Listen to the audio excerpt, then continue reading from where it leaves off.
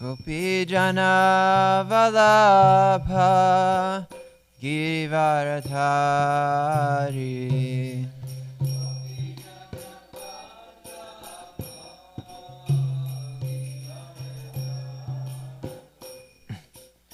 Gopi Jana Vallabha Girivaradhari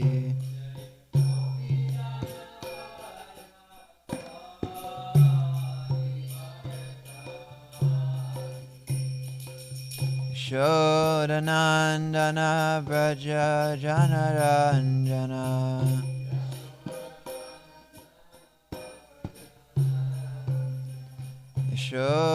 Shodanandana Braja Janaranjana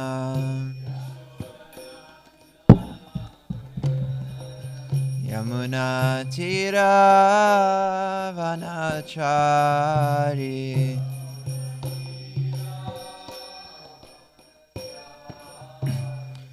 Yamuna Tira Vanachari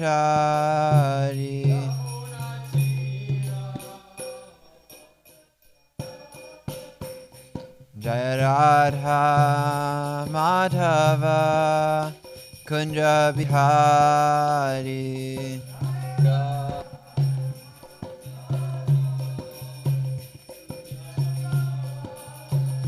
Jaya Radha Madhava Kunja Bihari Bolo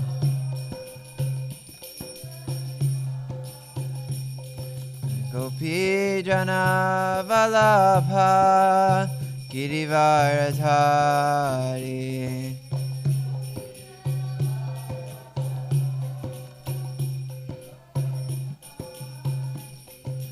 Gopi Jana Vallabha Girivaradhari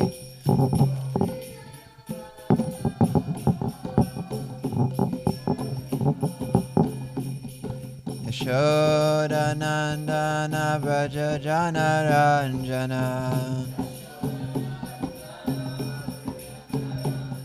Yashodanandana Braja Janaranjana Yamuna Tira Vanachari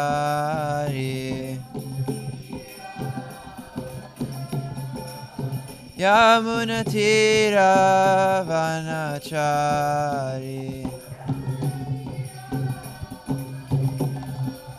Jaya Radha Madhava Kunja Bihari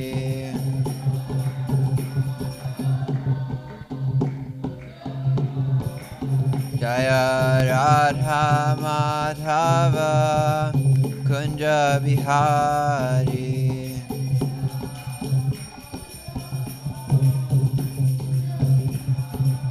Hare Krishna, Krishna Krishna, Hare Hare, Hare Rama,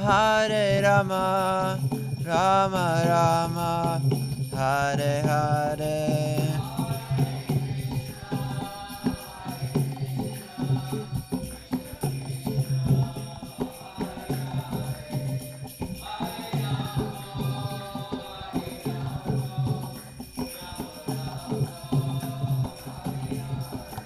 Hare Krishna, Krishna Krishna, Hare Hare, Hare Rama, Rama Rama, Hare Hare.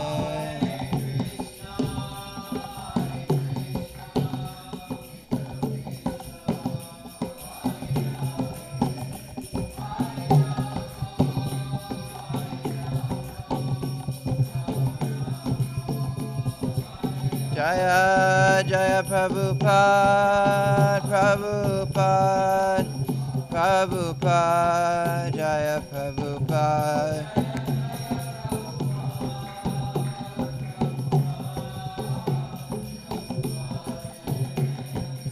Jaya Jaya Prabhupada, Prabhupada, Prabhupada, Jaya Prabhupada.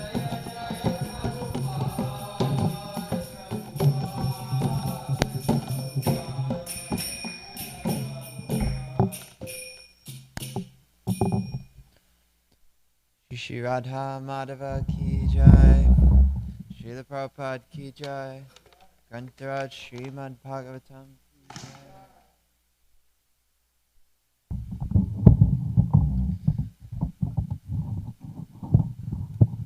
This microphone will continuously sync. It's like trying to enjoy in the material world. It's like, always.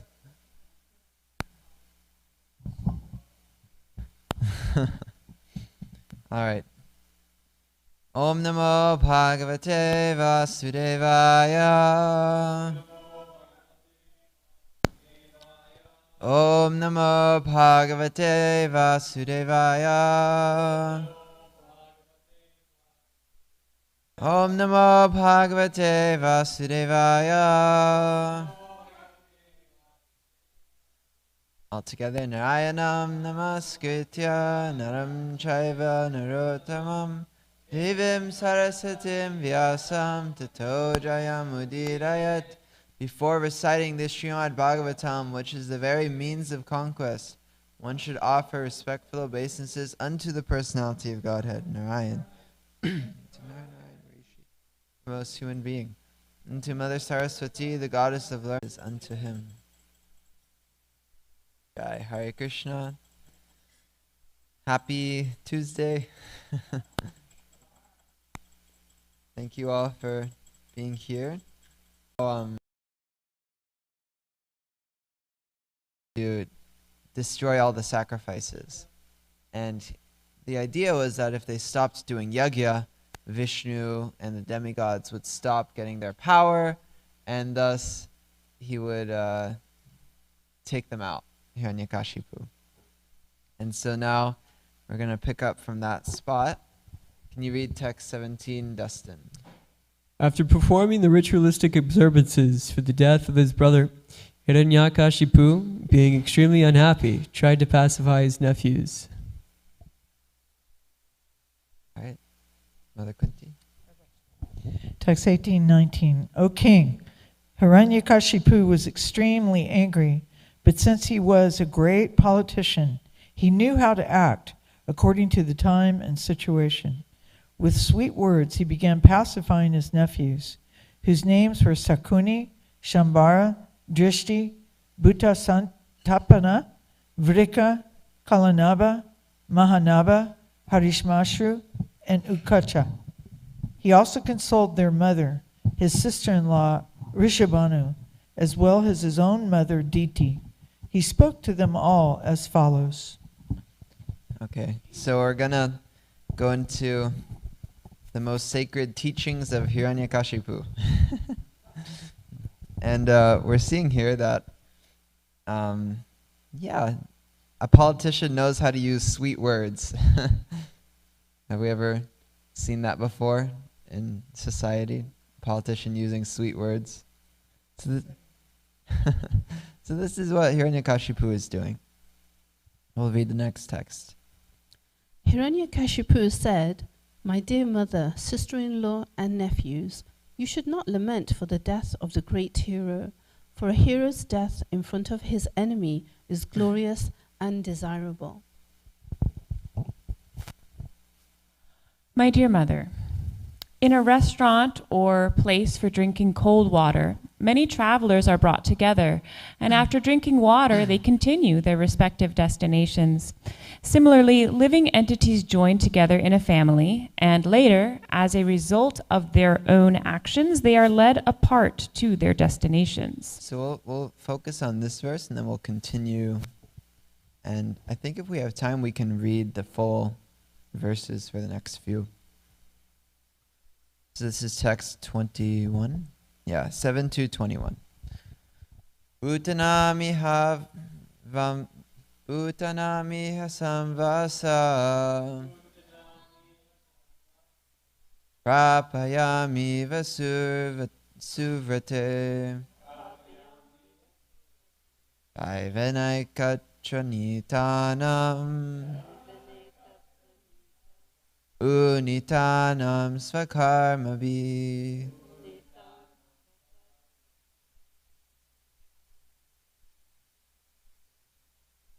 Dhanamita samvasa.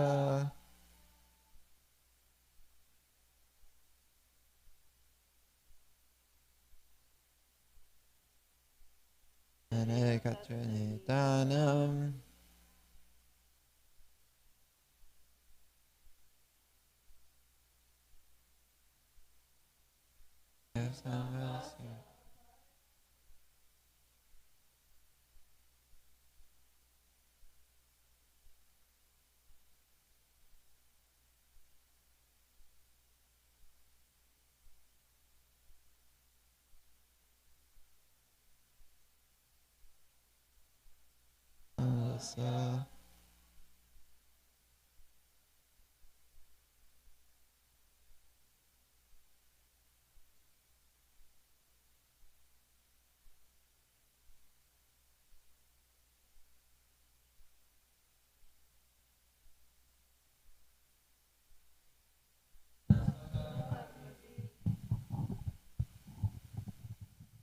One more?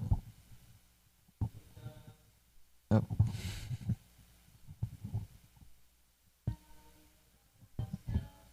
Bhutanamiha samvasa. Navayani hashivate.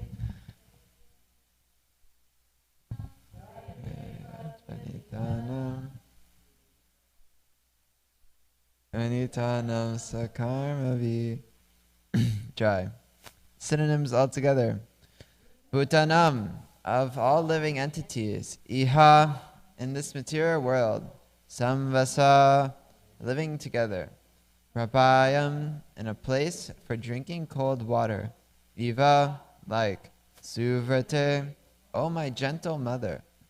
Daivena, a superior arrangement. Ekatra, in one place. Nitanam, of those brought. Unitanam, of those led apart. Svakarmavi, by their own reactions. Translation. My dear mother, in a restaurant or place for drinking cold water, many travelers are brought together, and after drinking water they continue to their respective destinations. Similarly, living entities join together in a family, and later, as a result of their own actions, they are led apart to their destinations.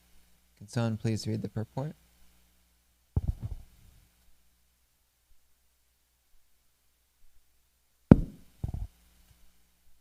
Purport. Translation and purport by His Divine Grace, A.C. Bhaktivedanta Swami Srila Prabhupada Ki Jai.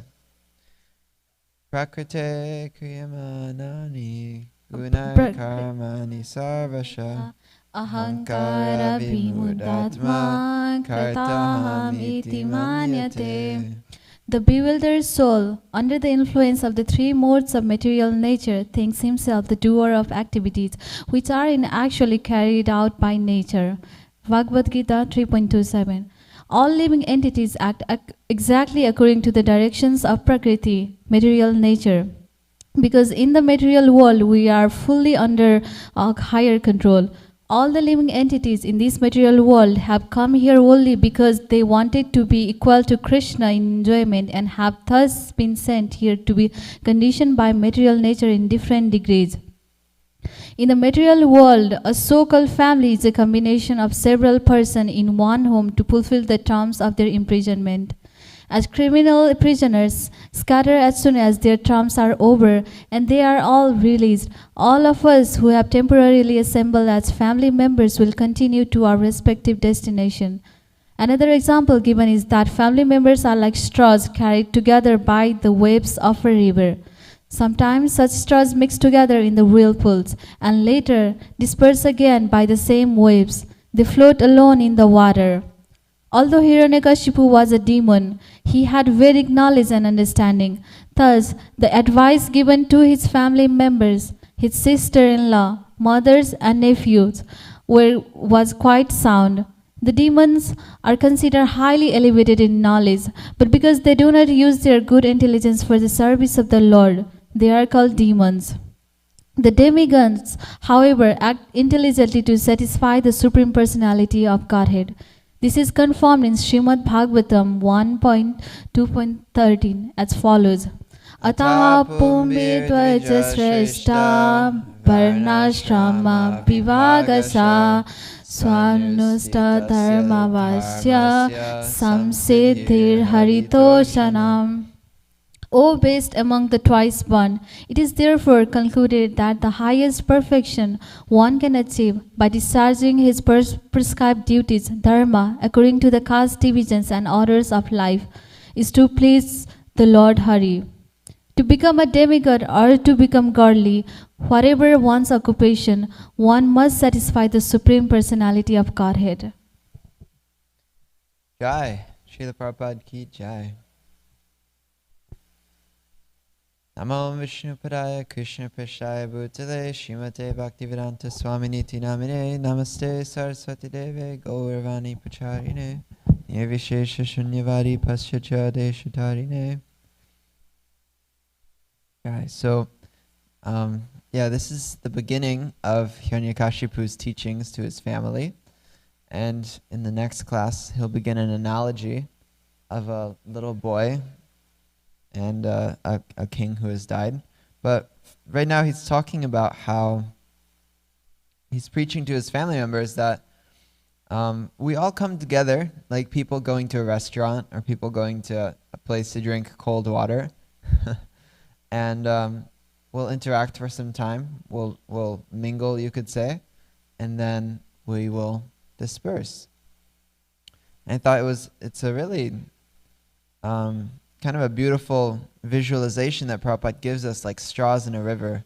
You can see like a river flowing, and maybe some straw will come together and spin around for some time, and then they'll go their separate ways. And we're all going to our own destinations. We're all on our own journey. So this is what Hiranyakashipu is saying to alleviate the pain of his family members. And Srila Prabhupada makes a very amazing point that although Hiranyakashipu was a demon, he had Vedic knowledge and understanding. Thus the advice given to his family members, his sister-in-law, mother, and nephews was quite sound. So demons also can have access to Vedic knowledge. We understand that in the previous ages, the demons were on different planets. They were in different continents, different countries. But now we understand that demons are in our own heart. It's not that you can so much say, this person's a demon, this person is not a demon. That's not really our philosophy. That's not really our mood. So we can read this and say, sometimes the demon within my heart who has access to this Vedic knowledge will use said Vedic knowledge for its own purposes, like Hiranyakashipu is doing. And we see that Vedic knowledge, it can be, any knowledge. It's described that false knowledge is worse than no knowledge, I believe in the Ishopanishad. But knowledge, it can be used as a weapon sometimes. And that's what the demons can do, is they use Vedic knowledge to hurt other people. And we've seen this when demoniac tendencies can take over. We use the philosophy of Krishna consciousness to kind of perhaps hurt people. Maybe we overemphasize detachment. Oh, your family is Maya, they're demons. That is the philosophy, you could say. Oh, you should be detached. Oh, you should be this or that. And it might be Vedic knowledge, you could say. But since it doesn't have the compassion, since it doesn't have the purity, it's actually not spiritual, you could say. It's just Vedic knowledge. So that's the difference between the demonic tendencies in ourselves and the higher tendencies in ourselves, is that when the when the demigod-like qualities are controlling us, we use Vedic knowledge to serve. We use Vedic knowledge to please Krishna. And when the demonic tendencies are present, we use the same Vedic knowledge to serve our own gain, to hurt other people, to be used for our own vices, you could say. So this is something to be careful about, is that we always keep the principle above the details, you could say. What are our principles as devotees? Does anyone want to share? What do you think one of our principles are? No, Galen? Well, I mean more so like our values. Yeah. Truthfulness. Yes. Anyone else? Non-violence. Yes. You can just say it. Shout it out. Anything you're thinking. Cleanliness. Okay. Yeah, we were hearing from Srinath Krishna Prabhu that when Krishna, he states what knowledge is, the first thing that Krishna says is knowledge is humility. And so when we have humility, we're much less likely to hurt other people. Vedic knowledge without humility, that's what makes it so dangerous. That's what makes it so harmful. And actually any knowledge without humility, oh no. It's fine. I'll just hold it. Anyways. Gauranga. Anyways. Yeah, I was hearing from Raghunathru and Wisdom of the Sages, and he had this interview with this famous podcaster. And the podcaster asked him, so it seems like religion is really the thing that causes so much harm in the world. So many wars are started over religion, so many fights, so much hatred is started over religion. And he said, it's not religion. Well, Raghunathru, he said, it's not the religion necessarily, but more so the ego of saying, I am part of this group. More so the ego of saying, I'm right and you're wrong. The ego that comes with these different ideologies. It's not religious principles that start these things. And actually, materialistic society has caused so much more harm. But at the end of the day, it's the ego. It's the lack of humility. So we see this. When religion doesn't have humility, it turns into fighting. It turns into abuse. It turns into fanaticism and quarreling. So Krishna, he says that that's the first part of knowledge, is to be humble. Yeah, we can continue unless anyone would like to discuss some points on this. I was thinking this class we can kind of just cover all the texts and read through all of Srila Prabhupada's purports, and we can just share thoughts, share comments as we read. Anyone else have any comments? All right. Next verse. Or we can read the Sanskrit altogether. Nityatma Vyaya Shuddha Sarvaga Sarvavitpara Tate Savatmano Lingam Mayaya Vishujam Gunan. Please read the purport, or text and purport. Oh, wow. The spirit soul, the living entity, has no death, for he is eternal and inexhaustible. Being free from material contamination, he can go anywhere in the material or spiritual world. He is fully aware and completely different from the material body, but because of being misled by misuse of his slight independence, he is obliged to accept subtle and gross bodies created by the material energy, and thus be subjected to so-called material happiness and distress. Therefore, no one should lament for the passing of the spirit soul from the body. So everyone just keep in mind, this is Hiranyakashipu speaking. Imagine that, the truths he's speaking. This is practically Bhagavad Gita. Please read the purport. Thank you. Hiranyakashipu very intelligently described the position of the soul. The soul is never the body, but is always completely different from the body. Being eternal and inexhaustible, the soul has no death. But when the same pure soul desires to enjoy the material world independently, he is placed under the conditions of material nature and must therefore accept a certain type of body and suffer the pains and pleasures thereof. This is also described by Krishna in Bhagavad Gita 13:22. Karanam gunasango sya sad asiyoni janmasu. The living entity is born in different families or species of life because of being infected by the modes of material nature.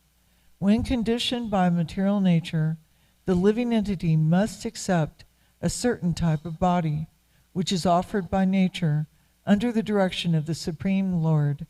Ishvara sarva bhutanam hrideshe arjuna tishtati brahmayan sarva bhutani yanta rudrani mayaya. The Supreme Lord is situated in everyone's heart, O Arjuna, and is directing the wanderings of all living entities who are seated as on a machine made of the material energy. Bhagavad Gita 18:61. The body is just like a machine, and according to the living entity's karma, he is offered a particular type of machine to move here and there under the control of material nature.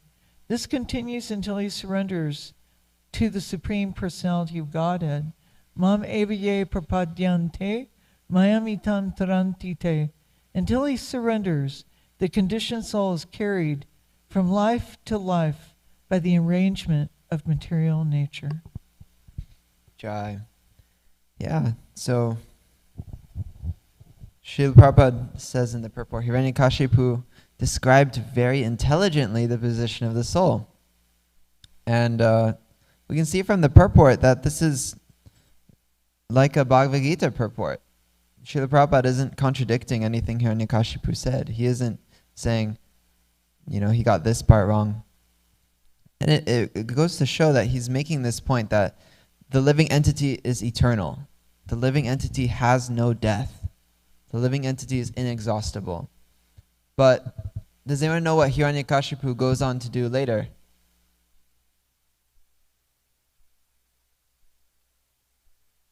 Yeah, can you say in the mic why he was doing those austerities?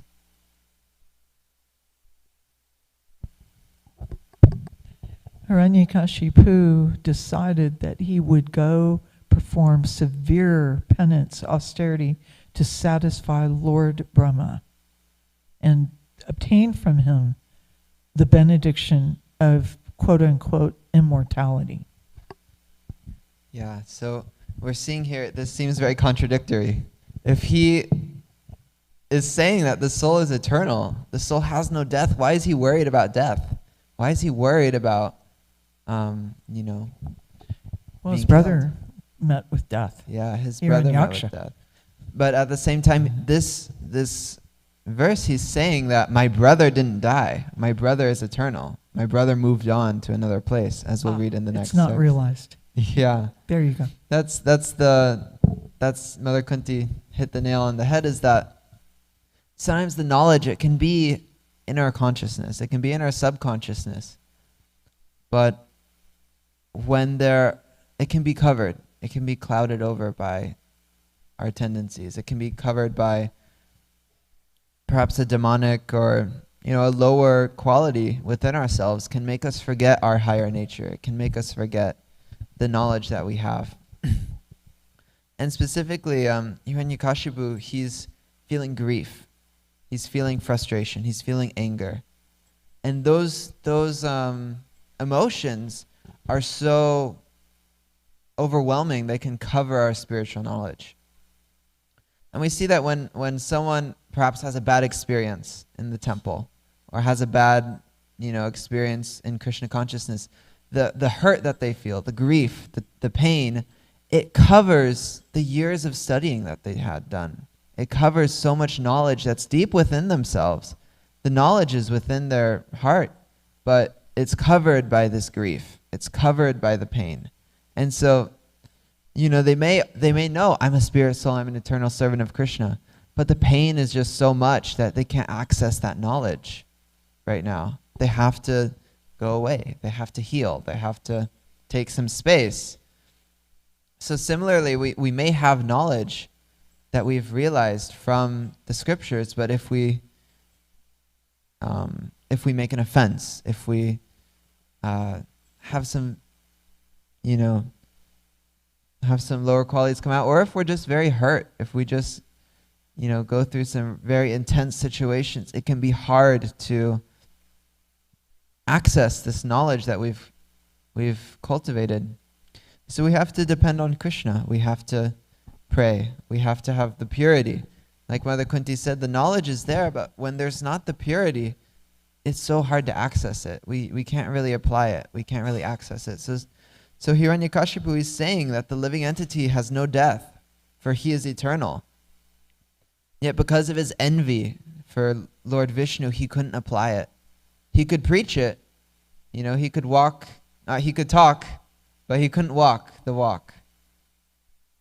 So, yeah, this can be us sometimes. We can preach very nice philosophy, oh Prabhu, the holy name has everything.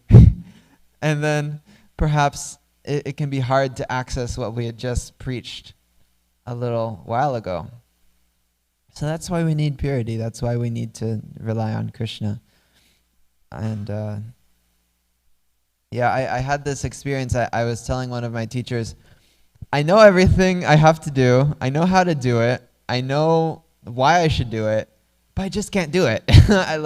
I know I need to chant attentively. I know I need to, wake up super early. I know I need to serve the devotees and not make any offenses. Actually, the philosophy is quite simple. But for some reason, just to put A and B together, to actually apply it, to actually do it, it feels so difficult. And that's because we need to get more purity. We have to come closer to Krishna. We have to pray. That was my main lesson that I got taught by the devotee, was that, we may think that we have everything figured out. The formula is clear. But Krishna will make us struggle until we start to pray. He'll make us, not able to exactly figure it out until we realize, actually, I can't do this myself. I actually can't figure this out on my own. While I may have this knowledge, I can't apply it without Krishna's help. So, we have to depend on Krishna in this way.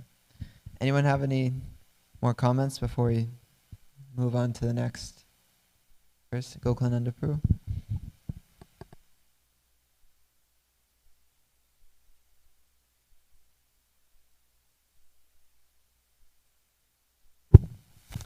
Bhagavad Gita second chapter is called Buddhi Yoga. So there is so much emphasis on intelligence, because the function of the intelligence is discrimination. So as you said, as practicing devotees, we know what is right, what is bad, what I should be doing, what I shouldn't be doing. But then the next aspect of the intelligence is determination. So that determination is something which can actually prevail over the urges of the mind, thinking, feeling, and willing. So determination is said to be like the law of inertia. When there is a vehicle going in a smooth speed, it keeps going on and on. But when it halts, then again to give it a push, it takes a lot of energy. So that's what happens with determination. And I was just contemplating on this, how important it is. So how to nourish that determination? Basically, what we have been doing, hearing Srimad Bhagavatam every day, is like a sword sharpening. If the warrior has to keep sharpening his sword on daily basis. So we are on this war against Maya, and every day we have to sharpen our intelligence by hearing, chanting constantly on daily basis. Yeah, I thank you for such a nice point. Maji?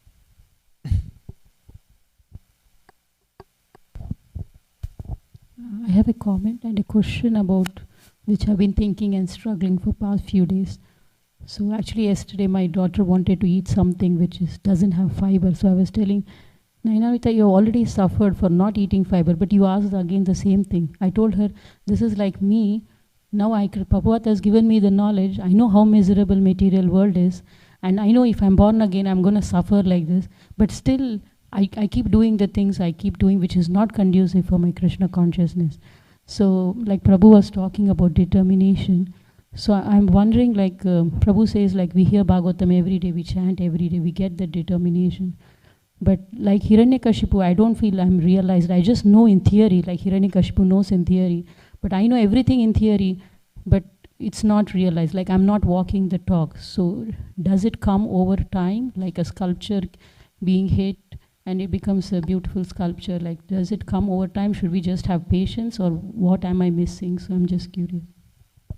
Okay, what a nice question. I'm sure, yeah, if anyone else wants to share comments too, they can. I was thinking that, Gokulananda Prabhu mentioned Bhagavad Gita, and I was thinking how Krishna says that the mind, we can conquer it by detachment and by practice, right? And so we need determination to keep practicing, even though we keep failing. And so Krishna, he says, surrender unto me, and then you can cross over the ocean. So determination, it comes from chanting nicely. It comes from attentive hearing of the Bhagavatam. And Krishna, he'll give us the determination as well. I think probably Gokulananda Prabhu has something. To the effect, I was thinking about how if we do exercise, physical exercise, okay, and there is a goal in the mind that I need to lose weight or I need to tone my muscles, it doesn't happen overnight. So every day you need to put in energy, invest in time, and over the period of time you'll see the results. And if it is not happening, there are other factors as well.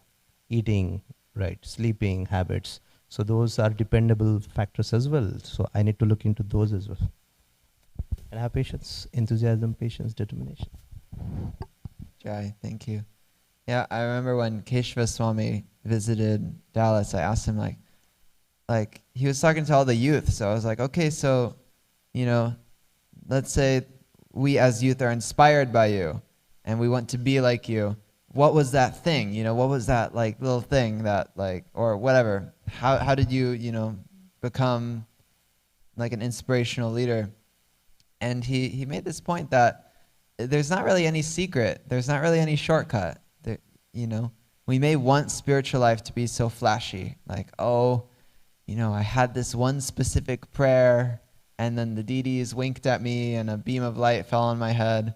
But he said that actually spiritual life, it's not so flashy like that, but it's in the daily determination. It's in the daily commitment to our sadhana, that over time, like Gokulananda Prabhu is saying, we will see results. And there's not really a shortcut. It's the process that Krishna has given us. So, yeah, that's our process, is to keep trying. All right, any other points, or we'll read another text. Right.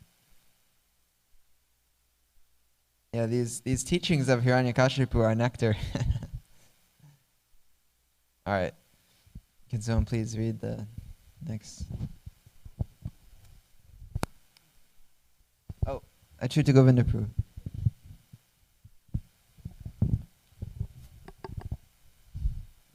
I really like the point that you shared about Kesha Maharaj's, Krishna consciousness is like you have to do the things or serve or practices on a daily basis. Somehow this thought came to my mind, like how Gopal Prabhu's Kichri and Halwa, he's been doing this for years and years, and now he makes amazing offerings to Radha Kalachandji. So just thought, this practice of doing it regularly is what will bring us to that point. Yeah, thank you. Also, I was thinking my spiritual teacher, he so much appreciates old age. Sometimes a devotee was like, "Oh, my senses are so strong. I'm getting pulled here and there, you know." And their guru was like, "Don't worry, you'll get old. It'll all kind of even out when you get older." So that's something we can look forward to. Is just old age naturally makes us realize we can't enjoy this material world like we used to. We can't, run around and have this kind of fun and jump here and jump there. But our body is going to slow down, and we're going to be in this body. We will realize how this body causes perhaps more pain than pleasure. Even when I remember Shivaram Swami, he was saying that in Mayapur, he said, "I have a whole cabinet full of pills, and the pill counteracts the effects of that pill, which counteracts the effects of that pill, which counteracts the effects of that pill." And so that's how old age can be for us. And we will, hopefully by then, we will learn that our enjoyment has to come from Krishna, it has to come from internally. And so we practice now, and we have faith that in the future, Krishna will take care of us when we're getting to that stage. We practice, restraining our senses, so that it's easy when that time does come, when the time of death is there as well. Thank you, Prabhu. Yeah, Sandra. Because of the movements of the water, the trees on the bank of a river, when reflected on the water, seem to move. Similarly, when the eyes move because of some mental derangement, the land appears to move also. Sometimes, because of mental derangement, the land appears to moving. A drunkard, for example, or a person with heart disease, sometimes feels that the land is moving. Similarly, the reflection of trees in a flowing river also appear to move. These are actions of Maya. Actually, the living entity does not move. Shutamur Akalo Jam. The living entity does not take birth or accept death, but because of the transient, subtle, and gross bodies, the living entity appears to move from one place to another or be dead and gone forever. As the great Bengali Vaishnava poet Jagadananda Pandita has said, Pishakt Paile Jana Mati Shana Aya.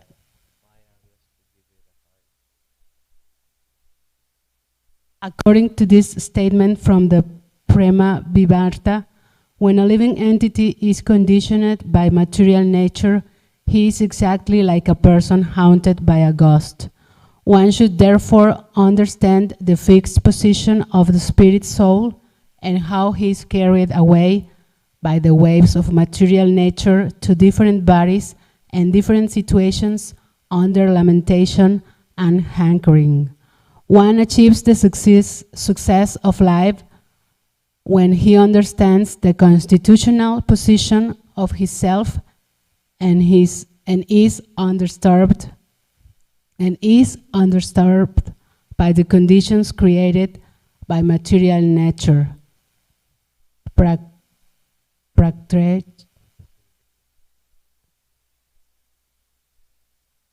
Thank you. Jai. All right. Let's see what we talked about in this purport. Yeah. So like a drunkard, the land might seem like it's moving. And similarly, the soul, it may seem like it's doing all these different things, but the soul is steady. The living entity does not move. So, again, we're seeing that. Someone once made this example that it's like we're a soul in like a movie theater watching a movie. And so the soul is actually stationary. The soul is sitting in place. But so many things are happening. Just like when we're asleep at night, we are technically in one place in our bed, but we go all over the universe. Trying to remember, I was doing something in a dream. I was somewhere, That's how the mind is. So it's a very accurate analogy that this world is like a dream, and eventually we'll wake up one day and see it like that. Yeah. All right. So we have 5 minutes. Any other comments on the teachings of Hiranyakashipu? Or we can continue. I'm not really determined to finish this whole section, but if no one else has anything to say, Gokulananda Prabhu? Regarding the last point, world is like dream. Maya is so powerful, right? The soul is Thanurachaloyam Sanatana. The soul is not affected. So whenever I think of this aspect, how Maya is so strong, I'm always reminded of that wonderful story of exchange between Arjuna and Krishna. Arjuna always wanted to see Krishna's Maya, and Krishna, he avoided, So one time he decided to reply to his question, what is Maya, and he wanted to see Maya. So it is explained, they were in Indraprasth, Pandava's kingdom, and it was noontime, lunchtime, and Draupadi said, okay, lunch is not ready yet, why don't you guys go to the river, take a bath and come back. So they go to the river, long story short. So Krishna says, let's play a sport, and they take a dip in the water. And before that, Krishna says, whoever stays or lasts longest under the water will be victorious. So 1, 2, 3, everyone takes a dip, and Arjuna comes out, and he keeps waiting. No one else is coming out. So finally, he keeps waiting, and then he decides to come on the shore. As he is coming on the shore, he sees a big army marching towards him. And when they come closer, the commander-in-chief, he bows down before Arjuna and says, Jai to our new king. So Arjuna is surprised. I am not your king. And then he reveals that the custom of their tradition of their kingdom is that whenever the king dies, they come onto the shore of this river, and any person that they see first time coming out of the water is their new king. So Arjuna becomes the king.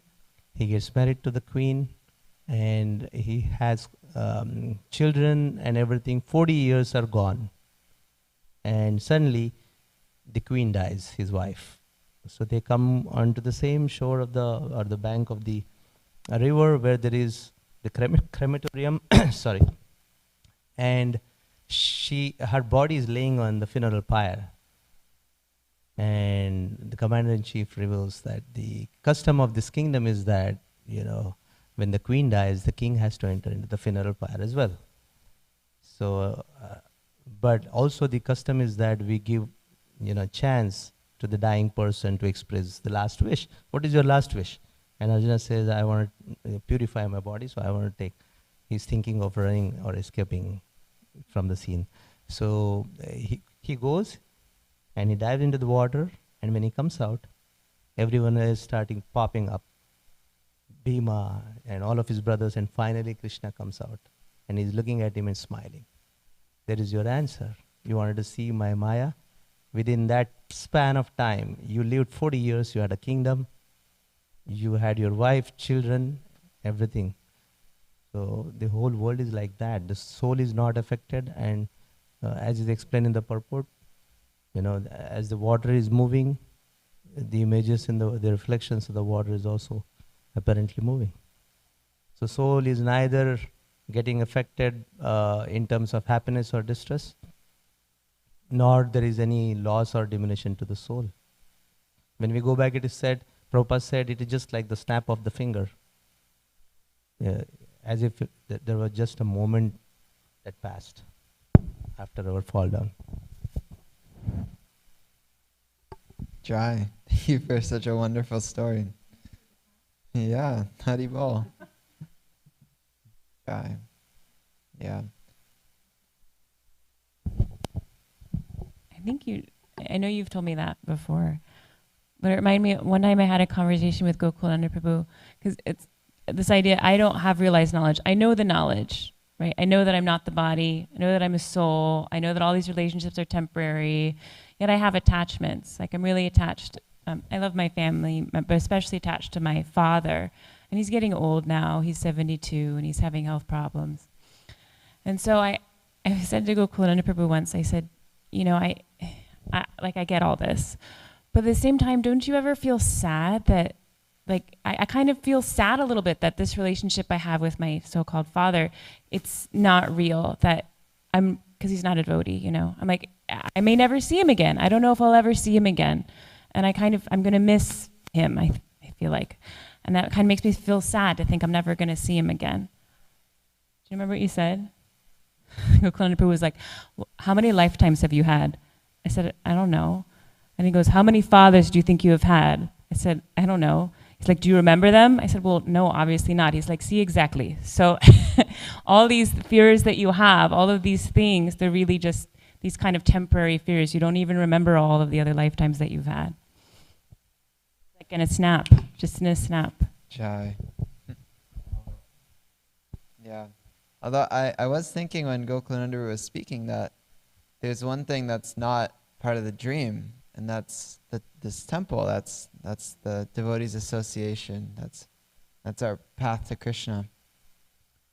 I recall this one Prabhupada disciple devotee named I think his name was Raktak or something like that, and he called me over one time, just like right next to the street, and he told me a few things. He told me, chant loudly so that all the living entities can hear you. Don't be a miser. And then he told me to enjoy my chanting. Don't just rush through it. And then he told me an experience he had. He was in Florida, in Alachua. This was in the 80s. This was before the Alachua temple was even there, before they even had deities. And he got into a car accident, and he was like legally like pronounced dead or something like that for a few minutes or something. And he said when he was dead, he saw Sri Sri Radha Shama Sundar and Iskon Alachua. And the amazing thing was that the temple wasn't even there yet. The deities weren't even installed yet. And so, you know, I haven't like read this, but just from Prabhu's realization, he told me that the Dham is eternal. There was never a time when it wasn't there. There's never a time when it will be destroyed. And so same thing with Sri Sri Radha Kalachandji Dham, is that this is eternal. There was never a time when this wasn't Sri Sri Radha Kalachandji Dham. And this temple is also, you know, part of Krishna's pastimes. So, yeah, very interesting to think about, and how we're living here in the Dham as well. It's 8:33. Gokulananda Prabhu. Just wanted to glorify Krishna in front of Krishna. How amazing is this creation. I was thinking every single aspect in this material creation has, in the dream, in the drama, there is a purpose. So that lower purpose is there. For example, the dream itself. But there is higher purpose. Everything is connected to the higher purpose, why it is created. Like any object we see, there is a purpose, right? Cell phone, there is a purpose. You can't use it for smashing the pecans. So there's a purpose for everything. So dream, just imagine, it has a purpose, higher purpose, so that we can relate to that analogy to what exactly is going on with the soul and the embodied soul, right? Isn't it such amazing? Everything has its purpose, which is connected to the higher purpose. Jai. Yeah, and even just to go a little further on the dream analogy, I was hearing that dreams, we can burn a kind of karma in our dreams.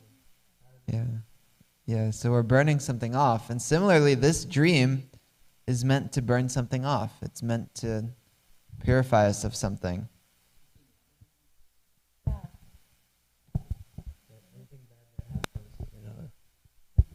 It says, Bhogena punyam kushalena papam. I think that is the verse in 7th canto. jai. Thank you. All right. Grantaraj Srimad Bhagavatam ki jai. Srila Prabhupada ki jai. Shri Prahlad Maharaj ki jai.